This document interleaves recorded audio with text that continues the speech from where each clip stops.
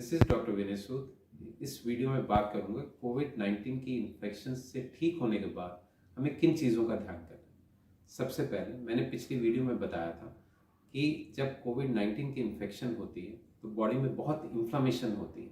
ये इन्फ्लामेशन अब आगे कंटिन्यू नहीं करनी चाहिए। दूसरा कि जब इस स्टेज पे हम बहुत प्रोन होते हैं इन्फेक्शन के, स्पेशली फंगल इन्फेक्शन के, क्योंकि कोविड-19 से लंग्स बहुत डैमेज हो जाते हैं और कुछ मेडिसिन जो दी होती हैं उससे हमारा इम्यून सिस्टम बहुत वीक हो जाता है। और तीसरा, ब्लड क्लॉटिंग में भी फ़र्क पड़ता है। कई बार इन बहुत रेयर केसेस में सुनने में आया कि जब आदमी डिस्चार्ज हो जाता है हॉस्पिटल से तो उसे घर चले जाता है और उसे कुछ दिन बाद बहुत मासिव हार्ट अटैक आता है। तो इन क्लॉटिंग प्रॉब्लम्स के बारे में भी बात करूँगा। और चौथा कि कोविड-19 लंग्स को डैमेज कर देता है और डैमेज लंग्स में फाइब्रोसिस होता है, वो वीक बन जाते हैं। इसलिए कुछ एक्सरसाइजेस की बात करूँगा कि जिससे कि वो लंग्स वीक ना हो। और सबसे पहले मैं कुछ लोगों की रिपोर्ट डिस्कस करूँगा और सब उसके बाद इस सब चीज़ों का बात करूँगा। सबसे पहले बात करता हूँ 3 पेशेंट्स की, जो तीनों को कोविड-19 की इन्फेक्शन थी, पर they presented in a totally different way. सबसे पहले हैं 42 years old man. He was not diabetic, blood pressure was normal, पर उनकी ऑक्सीजन लेवल बहुत कम थी। SpO2 was less than 90। He was COVID positive, RT-PCR positive. उनके inflammatory markers they were markedly raised. C-reactive protein was 341, जो normal value है that should be less than 5। Around 70 times ये बढ़ा हुआ था। ब्रेथलेसनेस बहुत थी, सांस उनको आ नहीं रहा था। ऐसी पोजीशन में चलना तो दूर की बात है, लेट भी नहीं पा रहे थे, वो बैठे ही हुए थे। और उन्हें हॉस्पिटल एडमिशन की डेस्परेट ज़रूरत थी, पर बेड नहीं था, तो he has to be treated at home. उनका HSCT कराया, lungs were moderately involved, he was treated at home. जैसे उनका इन्फ्लेमेटरी मार्कर्स पहले बहुत बड़े थे, he is a young man, उतनी ही स्पीड से इन्फ्लेमेटरी मार्कर नीचे भी आए। Surprisingly after 2 weeks his C-reactive protein was less than 2, oxygen saturation बढ़ गया। He has almost recovered. और सेकंड पेशेंट हैं 60 ईयर ओल्ड लेडी, डायबिटिक और हाइपरटेंसिव भी हैं। उनका भी ऑक्सीजन सैचुरेशन लो थी, इन्फ्लेमेटरी मार्कर्स इतने बड़े नहीं हुए थे। C-reactive protein was just 31.6, breathlessness बहुत ज़्यादा थी। तो उनका HSCT भी करवाया। HSCT में lungs damage was in the severe category. She also needed admission but no beds were available. अब जो पिछला केस है जिनका 341 से लेस देन 2 आ गया, इनका जो C-reactive प्रोटीन है 2 वीक्स के बाद करवाया तो उतना नहीं है, कम हुआ, but it was still high. It was 11.25 and that needs to be monitored for next few days. तीसरा case, 62 year old man, no sugar, no blood pressure, oxygen saturation ठीक था। इनमें C-reactive protein just 9.89, but on the 9th night he had high grade fever with rigors and chills. The fever was 104. C-reactive protein नीचे आ गया था, 6.7 था। D dimer भी normal था, पर इनका वाइट ब्लड सेल काउंट बढ़ गया, TLC बढ़ गया। He probably had developed secondary infection. He was given antibiotics. अब he is recovering now. For the last 5 days, he is not having any fever. He is much better, taking proper diet and everything. अब ये जो तीनों case हैं, इनमें अब जब corona ठीक हो गया, अब क्या करना है? अब जब इन्हें कोविड-19 की इन्फेक्शन नहीं थी, तो इनकी बॉडी में इन्फ्लेमेशन नहीं थी, इनके इन्फ्लेमेटरी मार्कर्स नॉर्मल थे, इनकी बॉडी में इन्फेक्शन भी नहीं था, उनके ब्लड नॉर्मल था, कोई क्लॉटिंग नहीं थी, lungs were healthy, oxygen saturation was good. अब इन्फेक्शन हो गई, जब जब कोविड हो गया, तब there was marked inflammation in the body. Inflammatory markers बहुत ज़्यादा बढ़ गए, 341 तक चले गए। They damage the lungs. तो damage lungs, they are more prone to infection. इनमें ब्लड क्लॉटिंग भी हुई। जब लंग्स इंजर हुए तो ऑक्सीजन सैचुरेशन भी कम हो गई, SpO2 की लेवल भी नीचे आ गई। अब ठीक हो गया, ये सब कुछ ठीक हो गया। अब पोस्ट इन्फेक्शन स्टेज में हमने क्या करना है? अब हमें चाहिए कि हम अब पहले वाली स्टेज, जबकि there was no inflammation, no infection, there was no clotting, lungs were normal, उस स्टेज पे लेके आना है।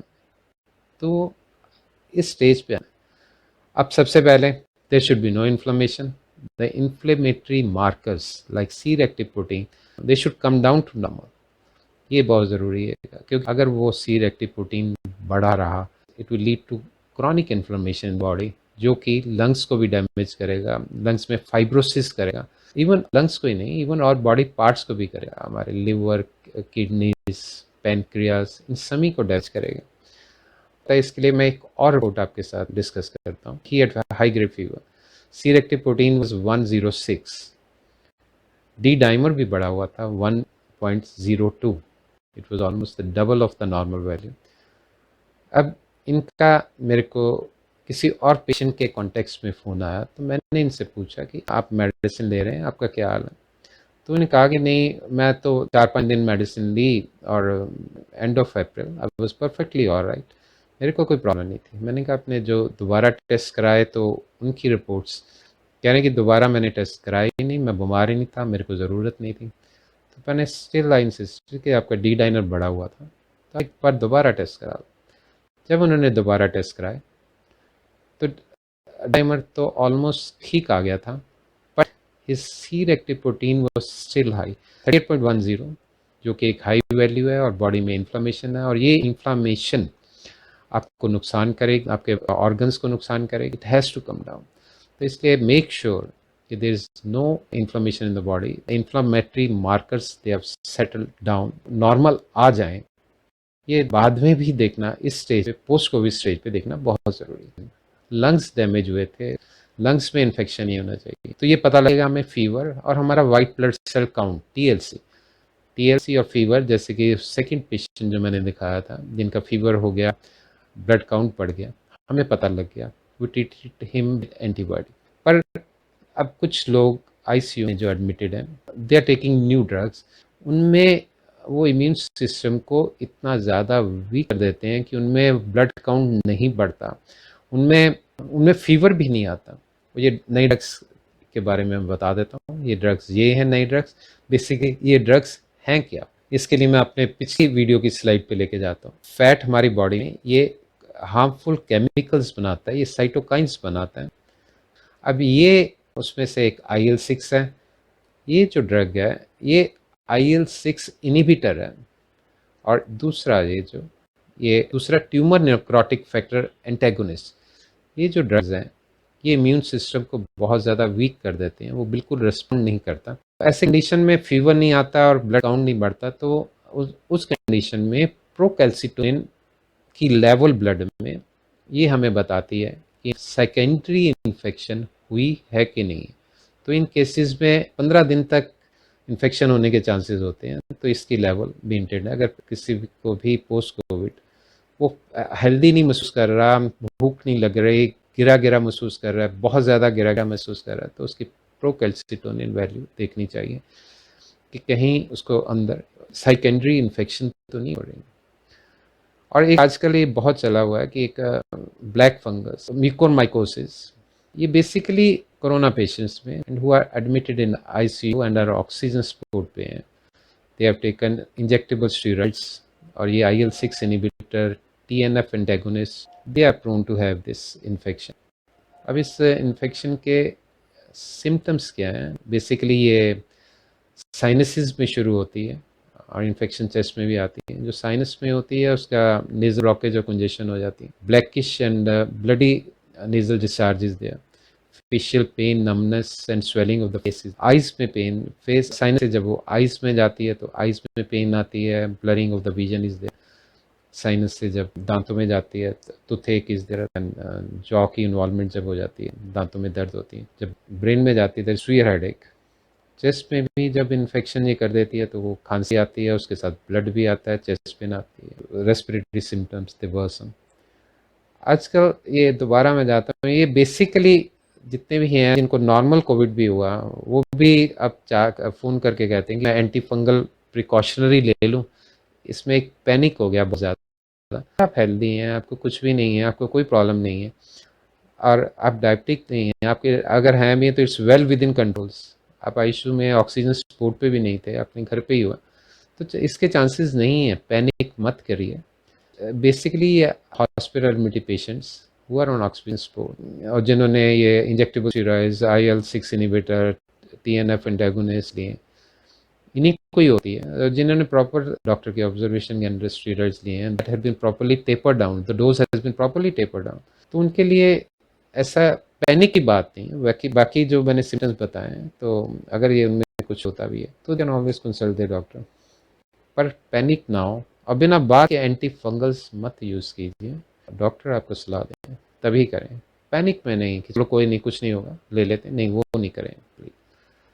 और अगला अबाउट द ब्लड क्लॉटिंग, ये जो ब्लड क्लॉटिंग का है, ये माना जाता है कि ये एक स्टडी जो journal of thrombosis and haemostasis में पब्लिश हुई है, उसमें 25% लोगों के में क्लॉटिंग की प्रॉब्लम है, डी डाइमर्स बढ़ जाते हैं, और 8% लोग रिकवरी फेज में 8% लोगों के तो डबल वैल्यू हो जाती है। पर ये जनरली जो डी डाइमर्स बढ़ते हैं, दे हॉस्पिटलाइज पेशेंट्स में होते हैं who are elderly above 50 and 60 years of age. पर अगर आपके डी डाइमर बढ़े हैं, आप मॉनिटर कीजिए, अगर वो कम नहीं आ रहे हैं, then need to be under the observation of the doctor. You need anticoagulants, और जो एंटीकोगुलेंट्स हैं that has to be given under the observation of the doctor, that's very important. अब सबसे चौथा जो है लंग्स, हमारे लंग्स नॉर्मल आने चाहिए। उसके लिए we should start exercising. Exercising से लंग्स में फाइब्रोसिस नहीं होगा।